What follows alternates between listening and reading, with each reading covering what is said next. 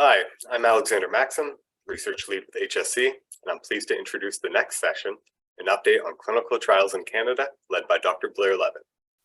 This session will cover current and upcoming clinical trials of relevance to patients and families affected by Huntington's disease in Canada. The focus of the talk will be on Huntington lowering therapies for HD and the scientific basis for these approaches. Dr. Levitt will review the global Roche tominersen, as well as the current WAVE ASO program and the upcoming PTC trial, which will be called Pivot HD. The Proof HD study, a non-Huntington lowering study of prodopidine in HD that is being sponsored by Prolenia, will be the final clinical trial covered in this session. Dr. Levitt is a professor in the Department of Medical Genetics and the Department of Medicine, Division of Neurology at the University of British Columbia. He completed his medical degree at McGill, a medical internship at Columbia Presbyterian, and his neurology residency at Cornell and Harvard. While in Boston, he completed a basic neuroscience research fellowship at Harvard Medical School and Children's Hospital of Boston. Dr. Levitt is a consulting neurologist and director of research at the UBC Center for Huntington's Disease. He's also the co-founder of Incisive Genetics, a company developing gene editing strategies for HD. A scientist and physician, Dr. Levitt's time, both clinical and research, is dedicated to developing new treatments for genetic brain disorders such as Huntington's disease. Blair, the screen is all yours. Well, thank you very much, Alexander, and I'd like to thank the HSC for this opportunity to speak to you today. As the introduction said, I'll be talking to you about the current HD clinical trials in Canada. There we go. So I will be focusing primarily on Huntington lowering and specifically genetic therapies for Huntington's disease. I'll also focus on the only current phase 3 trial. So this is a trial that might lead to the approval of a drug, the Proof HD trial being run by Prolenia. I'll also briefly mention the HD Biobank at UBC, an important study that we're involved with. And we'll have lots of time at the end, hopefully, to answer any questions. When we talk about these genetic therapies, as Alexander mentioned, we'll be talking primarily about the tominersen Huntington lowering program, sponsored by Ionis and Roche, but also talk about the Precision HD ASO trial from WAVE Takeda, briefly touch base on another trial that is a viral-mediated delivery of gene therapy, sponsored by Unicure, and talk about a couple of the splicing modifier studies. So this is a novel approach to Huntington lowering. So just so that we're all on the same page, just want to go back to sort of genetics 101 and make sure that everyone, we understand the same things. So we're talking about the same things. So our genetic information, the genes that we all understand and are the basis of our genetics, are encoded in DNA. So this is a chemical, it's in the body. DNA contains the genes that has to be transcribed into a messenger, a signal that brings the information out into the cell, and that's called RNA. And the RNA has to be translated into protein, and the proteins are the building blocks of the cell. So our information on how to build the body is encoded in the DNA. It transfers through the RNA to make proteins, and the proteins build the cell. And this is important because we need to understand it to understand the genetics of Huntington's disease. So everyone has the gene, the Huntington gene, and the Huntington gene makes a protein called the Huntington protein. Everyone has 2 copies of this gene. And for individuals who, or in genes that don't cause Huntington's disease, there's a repeated element called a CAG repeat, the same nucleotides, the same building blocks repeated over and over again. And if it's less than 35, it makes a protein that has a glutamine stretch, the amino acid glutamine, that is very important and leads to healthy brain cells or neurons. So you need it to make healthy neurons. But what the underlying cause of Huntington's disease is an expansion or an increased number of these repeats in the DNA that then gets transcribed into the RNA and made into a protein. And now there's many more copies of the glutamine amino acid in the protein. That is sometimes called mutant Huntington protein. And that actually injures brain cells and causes neurodegeneration, which leads to Huntington's disease. And it's really this understanding of the basic process that leads to the primary approach to therapy currently. And this is a genetic approach where we want to lower the amount of mutant Huntington. So the idea behind this is that if we can decrease the levels of the toxic mutant Huntington protein in the brain, this should prevent subsequent brain cell injury, and it should delay or prevent the onset of HD. And importantly, we now have a number of potential approaches, some of which, as we'll talk about, are in clinical development, and some of which are a little bit further and are in what we call preclinical development. So we can target the DNA, and this is what might be called genome editing, or proteins called zinc finger proteins can target the DNA itself. We can target the first product, what's called the pre-mRNA, and that's what antisense oligonucleotides do. We can, that pre-mRNA gets spliced into the final mRNA, and there are splice modifiers that affect that process. And there are siRNAs that can target the final mRNA process. And all of these are approaches that could lead to modification of the mutant Huntington protein. I'm going to start with the most advanced program, and that's using antisense oligonucleotides to target Huntington pre-mRNA. So what is an antisense oligonucleotide? An oligonucleotide is just the name for a stretch of the nucleotides, the building blocks of DNA. So an oligonucleotide is essentially a small, well, about a 21 nucleotide chunk of artificial DNA. And it's called antisense because it will bind to a specific sequence of pre-mRNA. And the amazing thing is, if you have 20 or 21 of these nucleotides in your ASO, it will target only a single mRNA in the entire human transcriptome, or all the mRNAs produced by our genome. So what does an antisense oligonucleotide do? It will bind to that pre-mRNA. And now you've got a combination of DNA and RNA bound together, and that's not normally seen in the body. And the body actually will use an enzyme called RNase H to chop up that RNA. So what you're basically doing is you're tricking the body into decreasing the amount of the Huntington mRNA, and you're preventing production of the protein. And this is a very exciting approach. It's requires repeated administration, and it has to get to the cells of interest, and that's the brain cells. Well, how do we do that? Unfortunately, antisense oligonucleotides with their current chemistry don't get into the brain if you give them intravenously into the blood system, or if you give them by mouth. So we have to get them into the brain more directly. And the current approach is using what is called an intrathecal injection. This is using a process that you may have heard called a lumbar puncture or a spinal tap, in which drugs are injected into the spinal fluid. Even though they're injected in the lumbar region, the lower back, the spinal fluid is like a column of liquid. And if you get a drug into that, it will equilibrate. It will spread throughout the entire CSF volume and will get to the brain and the spinal cord. I'd like to now tell you about the first successful Huntington lowering drug trial. This is a drug called tominersen. It was also called Ionis HTTRX at one point, and RG6042. And tominersen has gone through many, many years, almost 20 years now, of preclinical and clinical development.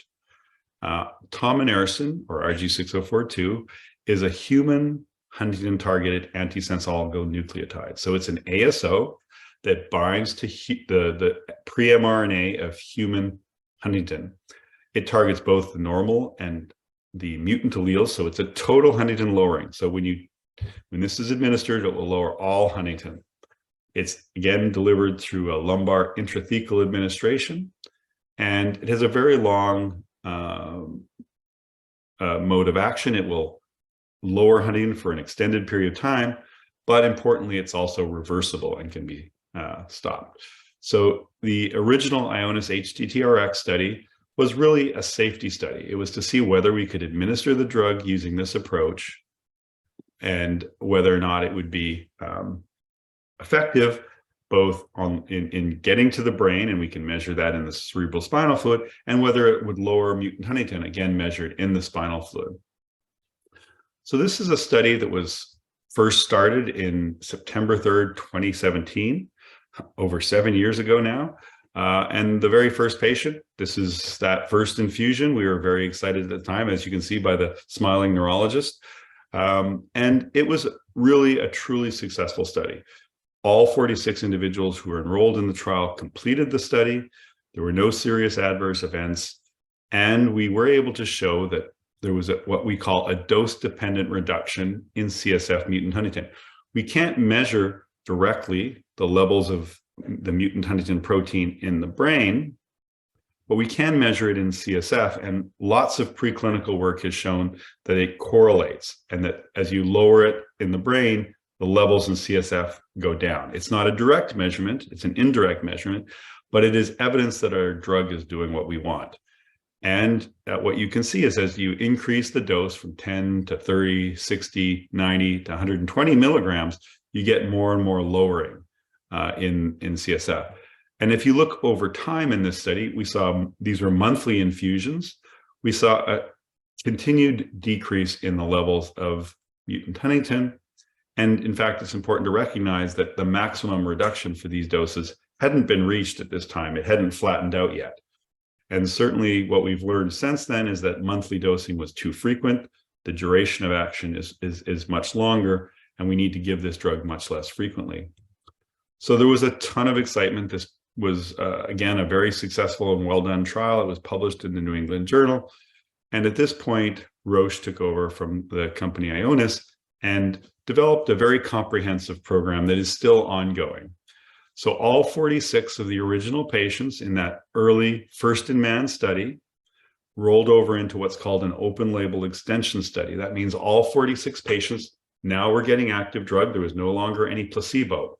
In order to study this group, a second cohort, a second group of people, 95 people were enrolled in what was called a natural history study.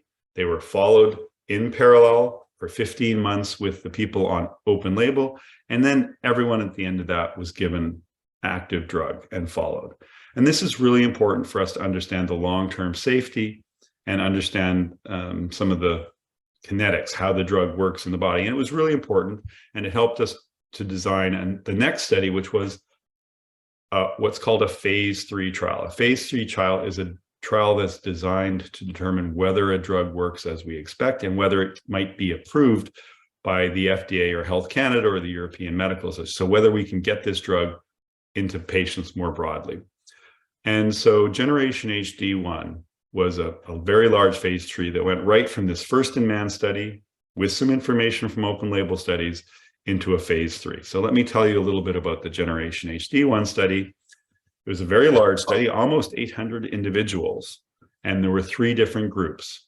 One group got placebo every 8 weeks, and one group got the highest dose from the previous study, 120 milligrams every 8 weeks. A second group got 120 milligrams every 16 weeks, and that was, they would get active drug alternating with placebo, so no one knew what they were getting. This was a very large study, over 100 sites, 18 countries around the world. But importantly, there was so much excitement. This was recruited ahead of schedule and very efficiently, and continued on for about 17 weeks until March of 2021, when, as I think most people have heard, the study was put on hold. And so what happened with Generation HD1? I'm sorry, what happened? So the study was put on hold and dosing was stopped. And this was an appropriate decision that was made by an independent data monitoring committee.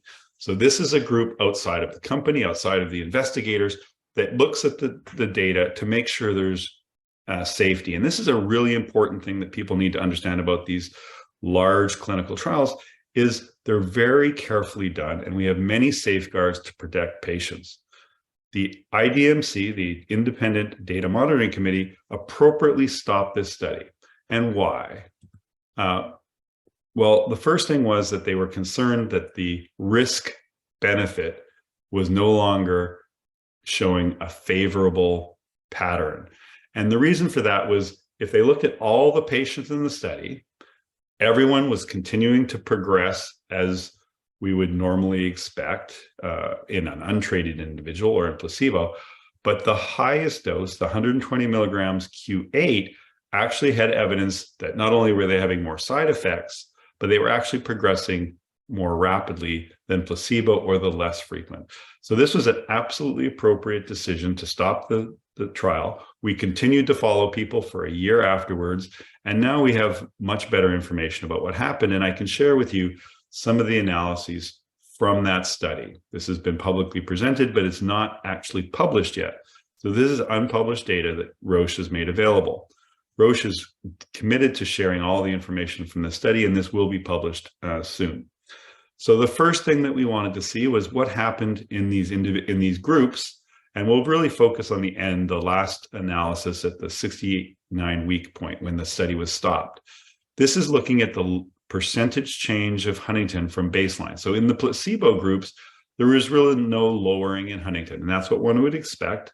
The placebo didn't have the antisense oligonucleotide. It doesn't lower Huntington, but there was very good level lowering of Huntington in both the 16-week and the 8-week group. And the 16-week is always orange, and the 8-week is always blue in these groups. And it was quite high, actually. The 8-week lowering was about 46, which was higher than would be predicted and a little bit higher, actually, than had been anticipated. That would be correlated with a much higher level of decrease in the brain. So a little bit more Huntington lowering than we had anticipated or expected. And this is a global measure of improvement. And we want to see higher scores in this. And unfortunately, as you can see, all three groups got worse over the 69 weeks. And the blue group actually got worse a little bit more than the orange or the gray, the 16-week or the placebo. So it was completely appropriate that this study was stopped. And again, that's the reason we have these data safety monitoring boards, to ensure safety. So what were the key findings from this initial analysis? One is that we did see Huntington lowering. In fact, we saw more than anticipated, that there was no evidence for efficacy despite us achieving that. And that was quite a disappointment. Certainly the more frequent dosing of the Q8-week ASO was less well tolerated. There were more side effects, and it did appear to be, those individuals did appear to be progressing more rapidly. We also saw some concerning biomarker findings, an increase in a measure called neurofilament light. This is a protein that's inside brain cells and can be released when they're injured. So that was concerning. And also the spaces, the CSF spaces in the brain, the ventricular volume was also slightly increased in both groups, but both of these were much more prominent in the Q8 week. So this was very disappointing, but it was a very well-run trial, and we've learned a lot from it, and we continue to learn from it. And now we can go back, and we have gone back and looked at the data and said, is there anything in this study that can tell us what happened? And so this is what we call now a post hoc analysis. So these are not analyses that were defined at the start. This was a study that did not show benefit, full stop. But what more can we learn from it? And can we learn more about how tominersen might be an effective drug? Because it is clearly very effective at doing what we wanted, which was lowering Huntington levels. So we looked at a couple of things. We looked at the patients in the study, and were there any features in the patients that might determine whether there was a positive or a negative response? And we looked at what's called the drug exposure, how much drug individuals were exposed to. And we can do this, and I'm not going to go into the fine details, but we can look at the individuals and determine, were they more affected or less affected? And we can look at their drug exposure and say, did they get more or less than the average? And doing that kind of analysis, we can now go back and look at the data and break it down into subgroups. So now if we're only looking at the individuals that got the less frequent dosing, again, we have the same color. So we're looking at the Q16 week primarily. And if we look at people who are what we would call low age, low cap, so these are less affected individuals earlier in the disease with lower age, they actually trended to do better than placebo, and certainly better than the Q8 week on the total UHDRS score, which is a composite of all the measures we look at. They also showed a trend to the right direction on functional scales If we look at motor function, this is actually a scale where lower numbers are better. Again, the orange is slightly better, trends to be better than placebo or the Q16 weeks. And on 2 cognitive scores, again, orange looks slightly better than the other 2. So this raises a very interesting finding. First of all, tominersen is a very highly potent drug, and the phase 3 trial was done with the highest tolerated dose that has been given to people. It's likely that this is potentially an example of overexposure of the drug. So we want to back off on that drug. And it also looks like there, from the post hoc analysis, that not only is it better to have lower exposure, but individuals who are earlier in a disease with less progression and less younger age seem to respond positively to the lower doses. A post hoc analysis is not evidence. It only suggests information for future studies. So the appropriate next step is to take that understanding, this information that we've gained, and to use it now to guide our next clinical trial. And this information from Generation HD1 is actually useful for all Huntington lowering trials and is being shared with all of the programs and recently just shared again at the Huntington Study Group meetings. So let me tell you now about the new trial, which will be called Generation HD2. It is again sponsored by Roche. This will be, we've had a bump on the road, we're taking a step back, and now we're looking at lower doses. So this is a dose finding study. The primary measurement will be to ensure that these lower doses are safety, and it'll be a much longer study than the first phase 1/2A trial that was done, the Huntington HTTRX study. Again, we'll be looking at cerebral spinal fluid and a number of biomarkers, comparing these lower doses of tominersen to placebo. And it will be a long-term study. So it will be 16 months, so long enough to actually determine whether there's any evidence that the drug is also making people better or unexpectedly making people worse.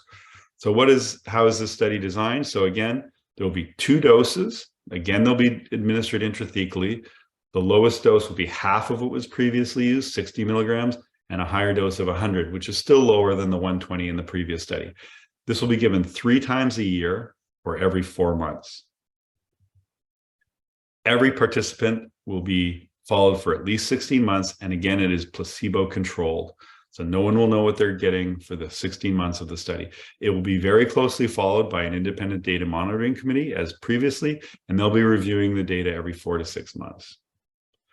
It'll be a large study, so very large for phase 2, and we think that this will be sufficient to give us answers about whether these lower doses are effective.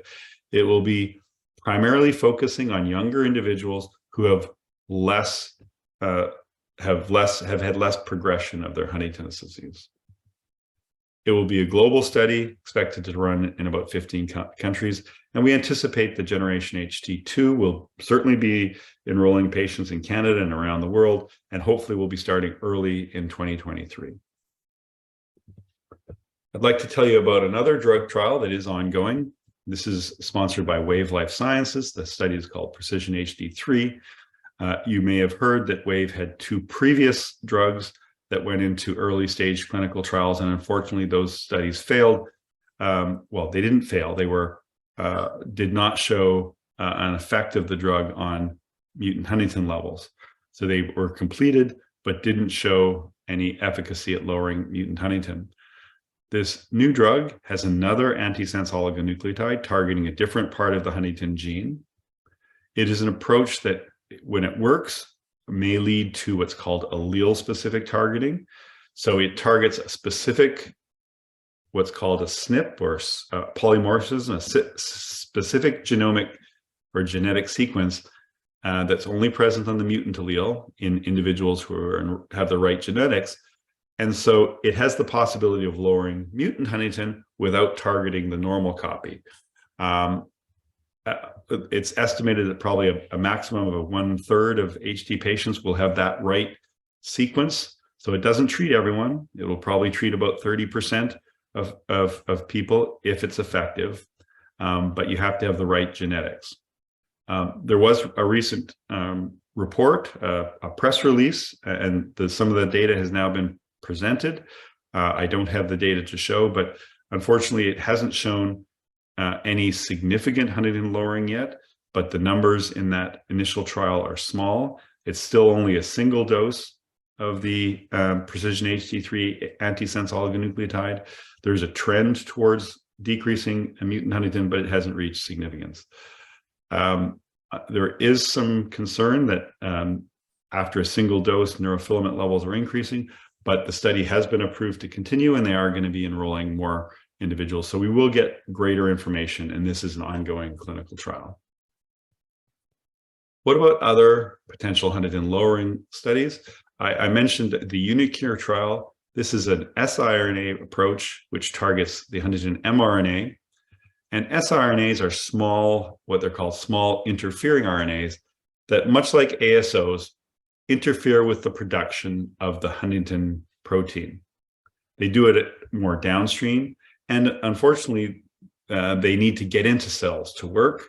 And the way they're being administered is through a virus. They use what's called an AAV, adeno-associated virus, and that virus will inject the microRNA or the siRNA into the cell where it can interfere with the production of Huntington. And again, it's another Huntington lowering approach, but in this case, uses a virus to deliver the therapeutic. This is a particular type of virus called AAV5. That's what the vector, that's what delivers it. It delivers an artificial microRNA that targets total Huntington lowering again. In this case, it has to be injected directly into the brain, and it's targeting just a small region in the brain that is most affected by Huntington's disease. So far, it has been safe at low doses and was temporarily on hold for higher doses of the virus, but is continuing. It's only being done in Europe and the US, but I think it's important that people understand that these approaches are moving forward. This will be a permanent total Huntington lowering within the region that the virus targets. There are a number of other approaches, some of which are very close to being opened in Canada. These are splicing modifiers. These affect the processing of the pre-mRNA to the final mRNA. And by altering that process, you can prevent the production of the mRNA, which again leads to Huntington lowering. These approaches, and there are two, one from Novartis and one from PTC Therapeutics, have an advantage in that they're small molecules, which are what we generally develop drugs, and they can actually be given orally and get to the brain. Unlike the therapeutics that we were talking about previously, that either have to be injected into the brain directly or into the spinal fluid. So that's an advantage. The disadvantage is that it gets throughout the body and at higher levels outside of the brain than inside the brain in many cases. But it is an advantage because it's an oral drug. Unfortunately, the Novartis drug, which was called branaplam, or is called branaplam, and their Vibrant HD study was recently placed on hold because of side effects from the branaplam in HD individuals. This was a drug that was originally developed for another disorder, SMA, and was found just through fortuitous finding that it lowered Huntington levels as well. Unfortunately, this drug appears to be limited by the peripheral side effects and is unlikely to continue to move forward. So it is currently on hold and may not move forward. We'll hear more about that from Novartis probably in December. PTC is a drug that has a very similar action. It affects the splicing of the Huntington pre-mRNA into the mRNA and leads to Huntington lowering. Again, like branaplam, it is a total Huntington lowering. The PTC drug, which is called currently PTC 518, was developed specifically for Huntington's, for targeting the Huntington pre-mRNA. So the hope is it'll be more specific, more selective, and won't affect other genes or other RNAs. It is currently not approved for the trial in Canada, but we are working on it very hard and hope to have this trial recruiting soon. Because it's currently in that state, I can't really talk about all of the details, but as soon as it is available for enrollment in Canada, people will hear much more about it. I'd be happy to have information on that. Lastly, I'd like to talk about the PROOF-HD study. This is a study of a drug called predopidine, and it's being sponsored by a company called Prolenia. Predopidine is a drug that has extensive experience in Huntington's disease. There have been 3 previous clinical trials, long-term open label access where we've followed people on this drug. So that has some real advantages. We know that the drug is safe and tolerated. It's an oral drug. It's given twice a day. And it is currently being evaluated in both Huntington's disease and ALS. This is not a Huntington lowering drug. This is a drug that may have neuroprotective effects. It may protect brain cells from injury, the injury that's caused by mutant Huntington. And it does it through binding to a receptor in the brain called a sigma-1 receptor. I'm not going to go into the background, but there's some evidence that blocking the sigma-1 receptor may be neuroprotective in a wide variety of disorders, including Huntington's disease. So this is a drug we know a lot about. We know it's safe in patients. But in order to see whether it slows progression, you have to do very long-term, very well-controlled trials. And that's what the PROOF-HD trial is. It is currently the only phase 3 trial. So that is a trial that might lead to approval. It has only 2 arms, people getting predopidine and people getting placebo. It is a long-term study with lots of patients. People are being followed for 65 to 78 weeks, and there's 250 people per arm. So the hope is this is powered enough to see whether even a small benefit will be positive. So I don't think anyone is expecting that predopidine is going to have a dramatic effect and stop progression, but it would be beneficial and certainly be very exciting if it slowed progression in individuals with Huntington's disease.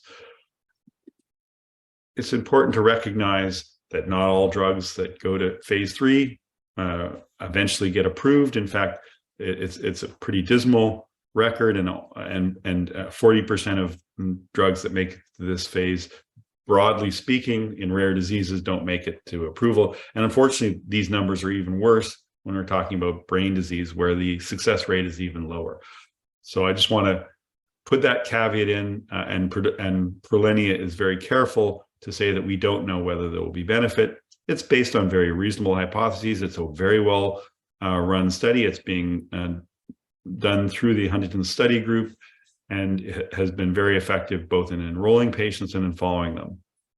We anticipate that we'll get the results from the PROOF-HD study sometime in mid-2023, so the second quarter of 2023. So it's exciting that there is this trial moving forward.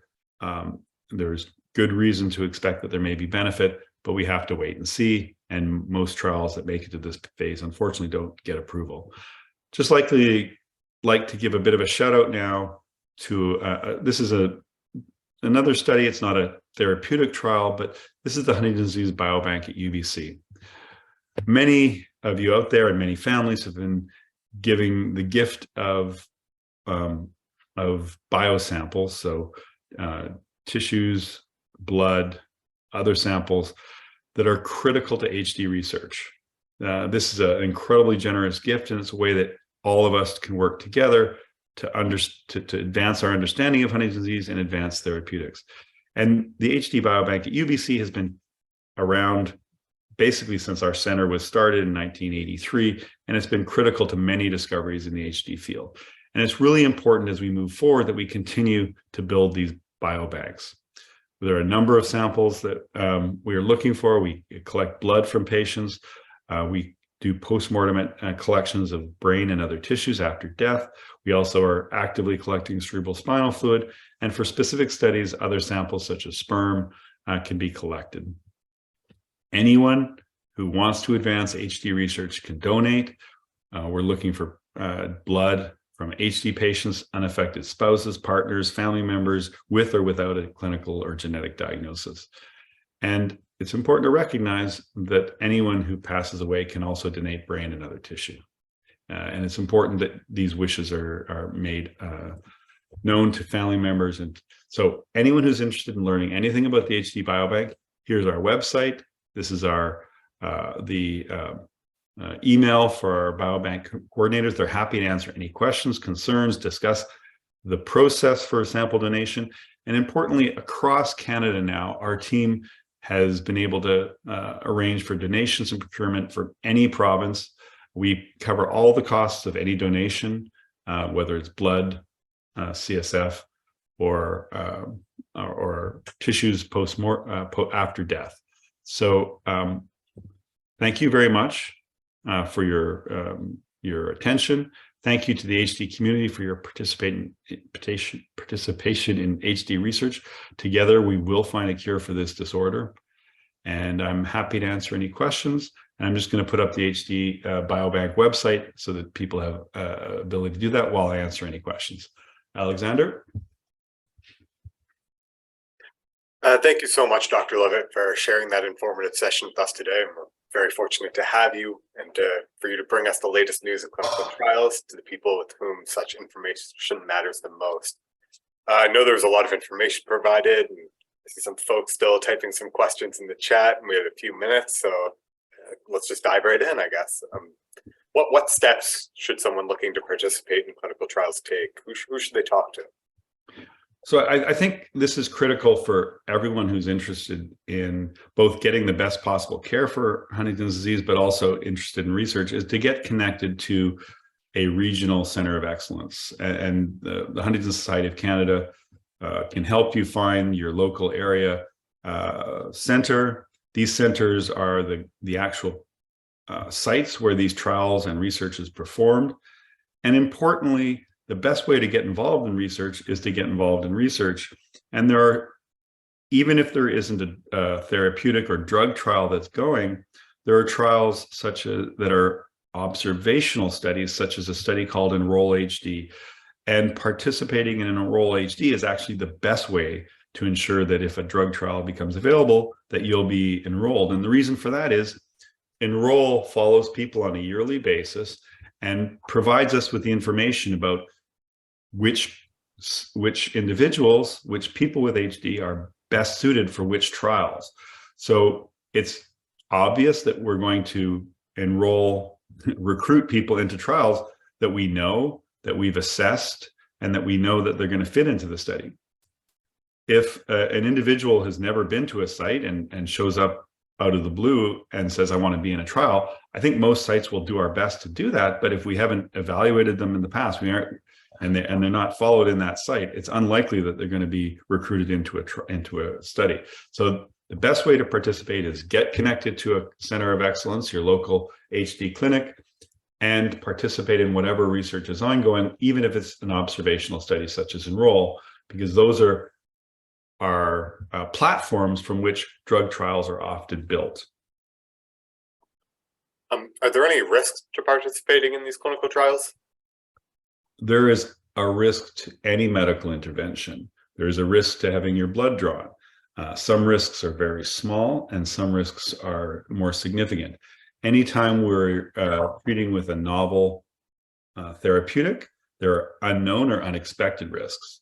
And our studies, as I've outlined in my talk, take this into account. So first of all, individuals who participate in research need to be appropriately informed so that they can give appropriate consent of the potential risks and the potential benefits.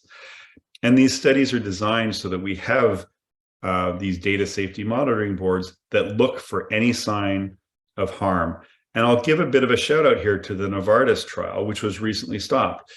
It was stopped very quickly because they were doing extensive safety studies. And at the first sign that there was any harm, that study was stopped.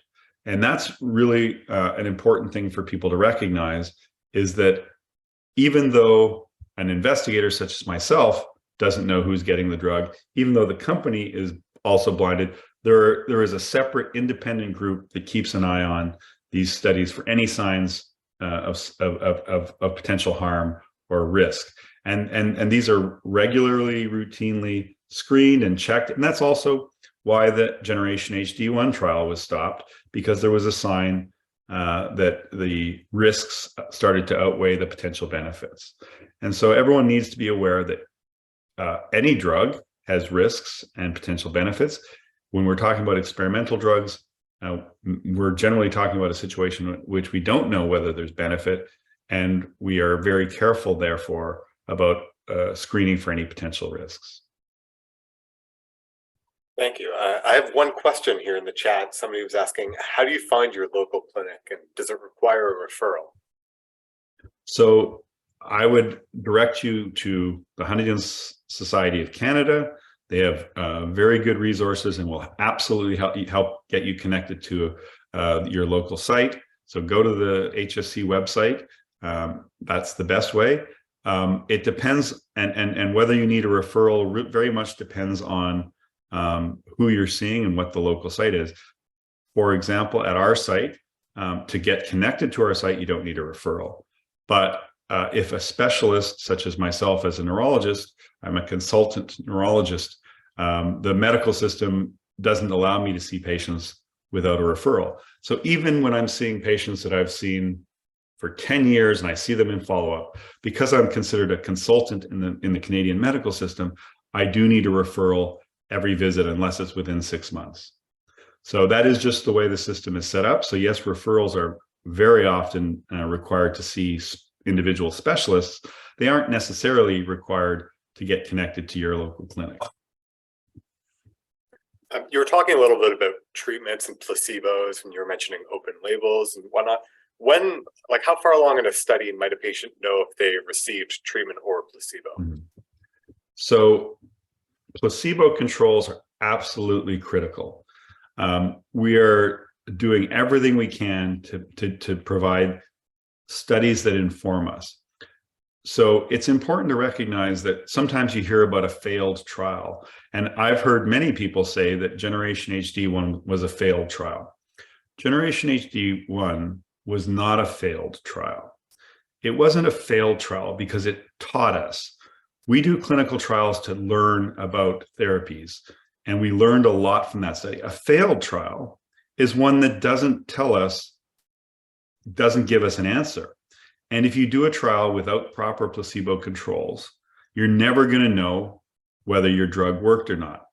And that is a failed trial. So the only failed trials are one that are studies that aren't done properly, that aren't done rigorously, and don't tell us if a drug works. There's lots of examples of case reports, or, you hear that, somebody's grandma took a nutraceutical and it made her better. That's not evidence. Evidence requires rigorous scientific analysis of anything, whether it's a nutraceutical, whether it's a drug or a genetic therapy. We need to do properly done studies that tell us whether there's a benefit or not. And in order to do that, we have to use placebo at the current time. And we also have to do it in a way so that the patients don't know what they're getting, and the investigators don't know, because biases creep in, and we have to be rigorous. So individuals cannot know their assignment before everything is analyzed, because it will influence the outcome. So generally speaking, when a trial is complete and all the data is locked away, then the investigators and the patients can find out. Sometimes if there is ongoing studies, like an open label study, that may be delayed until all the analysis is complete. But it really is important that we don't contaminate studies and allow biases to creep in, because we need to do the most rigorous studies. Because the worst thing that can possibly happen is we all invest our time, and patients invest their time and effort, and the study doesn't tell us anything because of some problem with the way it's performed. So I can't tell you how important placebo controls are, and maintaining the blind, that nobody knows what's happening until the data is completely analyzed, is absolutely critical. And there are very complex processes that keep these blinds in place, because we don't want the people analyzing the data to know either. We don't want any biases to enter into these studies, and it has to be done very rigorously. So that's the reason why. But in general, once the data is analyzed, individuals can request from the investigator what their assignment is, and it should be available. Great. Thank you. You talked a lot, like in your presentation, there was a lot of different drugs and a lot of different dosages. So how are these drug dosages determined? Are there any risks if they're too high or too low?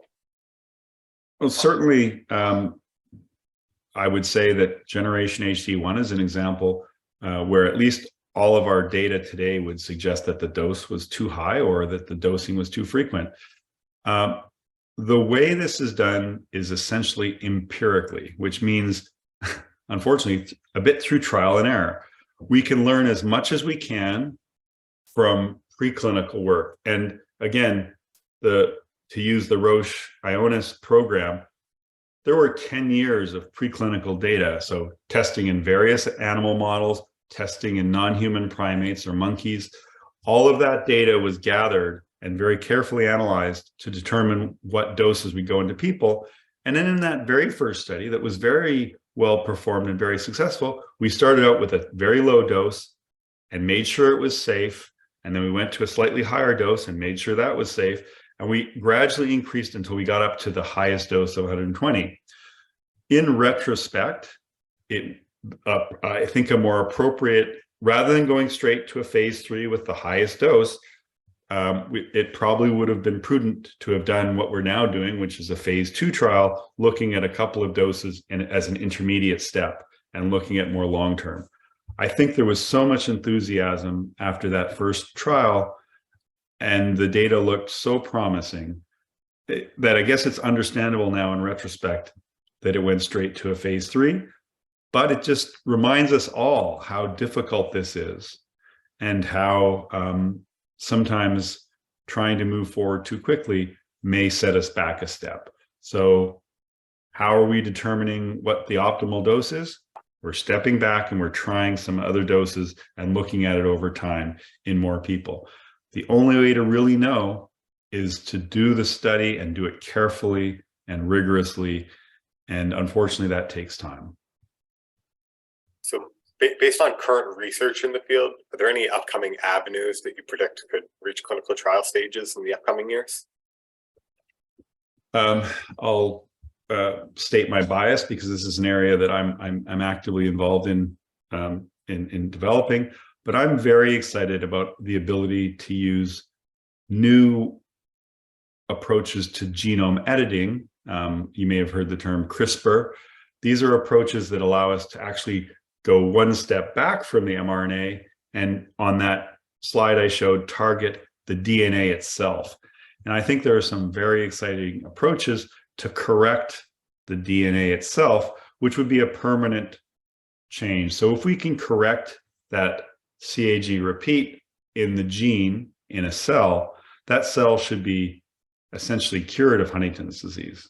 Now, the step that is really required is being able to deliver these really exciting new therapies to the right cells in the brain. And that's really the difficulty. But I'm very excited about this as a possibility. And I think that's an area where there will be some very exciting progress in the next few years. And hopefully we will be seeing the first trials for Huntington's disease.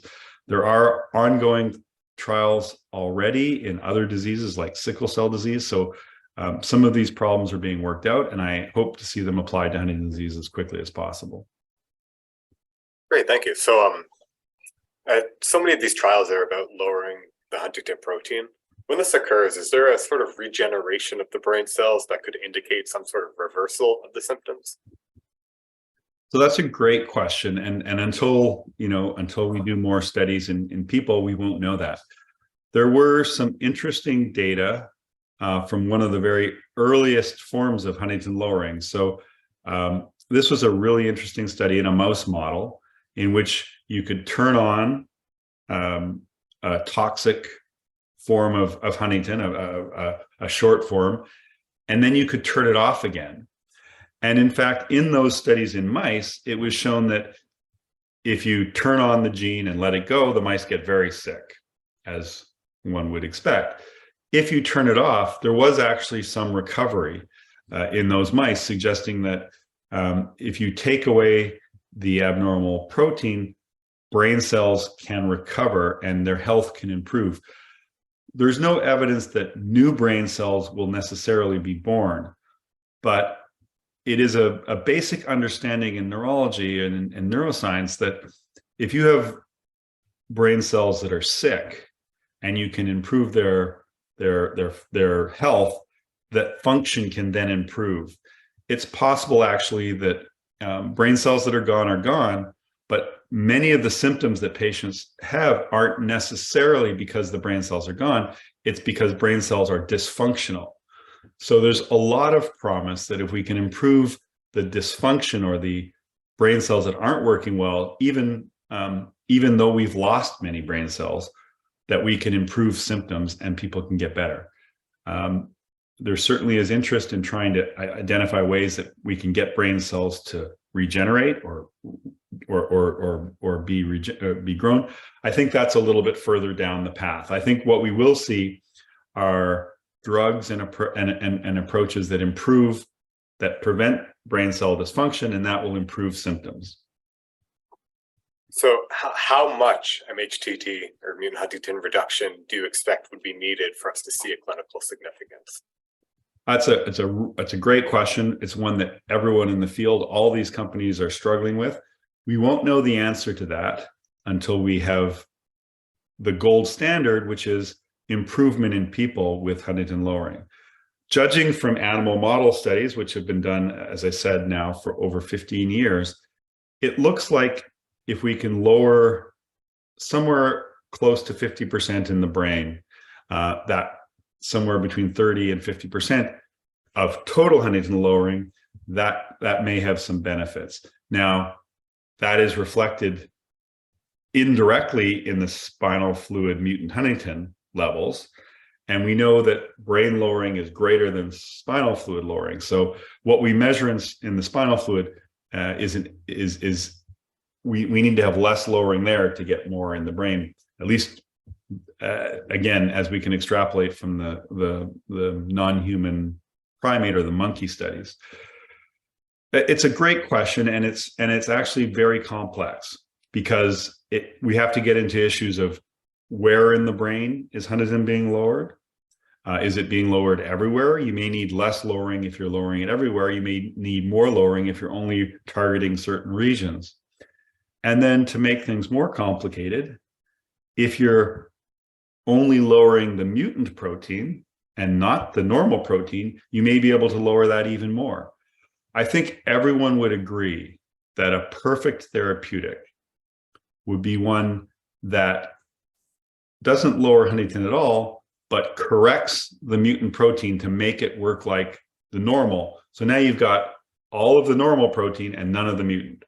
We don't have that, and we don't have that for clinical trials yet, but there are approaches being developed that might get there. The next best thing would be one that was completely specific and only lowered mutant and did it very efficiently and didn't lower the wild type, in which case we may be able to go to complete lowering of mutant and still have 50% of the wild type or the normal protein. So a very complex question for which there isn't a simple answer. It needs to be determined based on whatever the approach that is being done. And again, it might be different with an oral agent versus one that's just targeting the central nervous system. Remember, the oral agents lower Huntington in the entire body and often will lower it at a greater degree in the rest of the body than in the brain. And so in order to get brain levels up, you have to give even more, and that might create problems in the rest of the body. So very complex. Every drug is going to be different. But as the simple answer is probably if we can decrease total Huntington about 50%, or if it's allele specific and only lowering mutant, probably the more we lower it, the better, as long as you've got the normal protein present. So I've heard you talk a little bit about spinal fluid, but I was wondering, like, what makes the CSF, the spinal fluid, such a useful resource for studying HD-associated biomarkers? The reason it's most so useful is because we don't have other options. It's the closest we can currently get to the brain. There are some exciting things being developed. There are functional ways of looking at the brain using imaging that can be quite powerful. And there are what's called PET, or positron emission tomography, where we hopefully can start to measure the levels in the brain of the mutant Huntington protein directly. That would be very powerful. There are other MRI-based modalities that can measure brain health that might be very valuable. But we currently, the closest we can get, other than doing a brain biopsy, is the CSF, and that's the fluid that bathes the brain. It is the proteins in the cerebrospinal fluid come predominantly from the brain. Some of it comes from the blood, but it's mostly from the brain. So it does give us a window into what's happening in the brain, but it's imperfect. So it's the best we have currently, but it's still imperfect. Great, thank you. I see a question here from Tam in the chat, and she was wondering, is it the end of the line for branaplam, or would it be possible to try lower doses like what is being done in tominersen? Hi, Tam. Great question.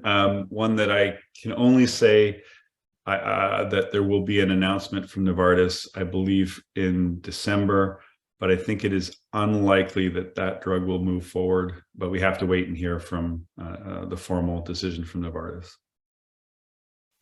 And the last question I have here is, do you see a cocktail of treatments in the future of the treatment of HD? Another great question. I think about, my wife's an oncologist, and she is incredibly effective at curing many of her patients. And the only reason that happens is that over time, through careful and well-done clinical trials, they've established what's the best regimen. And a regimen is usually a combination of therapies. We're a little bit further behind in that we're trying to find our first effective therapy.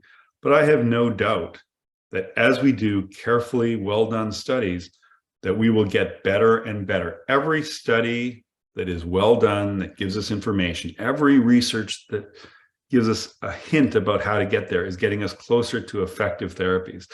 And it may very well be that our first effective therapies only slow down progression or only treat certain symptoms, but that over time, we will start to combine more and more effective therapies.